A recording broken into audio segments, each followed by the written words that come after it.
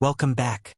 By now, you've worked with both the __init__ constructor and various instance methods. Although both are defined using def inside a class, their purpose, naming conventions, and execution timing are fundamentally different. Understanding this distinction is key to writing clean and correct object-oriented code. 1. Purpose and execution time. The primary purpose of the constructor is to initialize the object's state, giving it initial values. It runs automatically and only once, when you instantiate the object using student or similar. In contrast, an instance method defines the object's behavior, what it can do.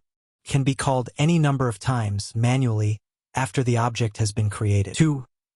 Key differences in a table. Here is a table summarizing the key distinctions. Constructors always have the fixed name $_init_.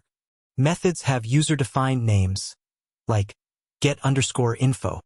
Constructors are called automatically, while methods are called manually using dot notation.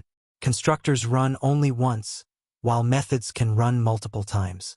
Finally, constructors implicitly return the new object, while methods can return any calculated value or nothing at all.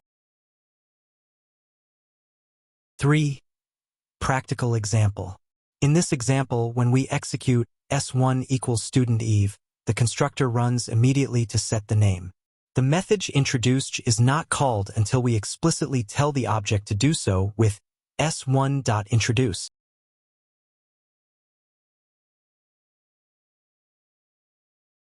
To summarize, the constructor is for setting up the object. Methods are for using the object. This completes our discussion on object-specific methods. Our next lecture 16.10. Define static field. See you there.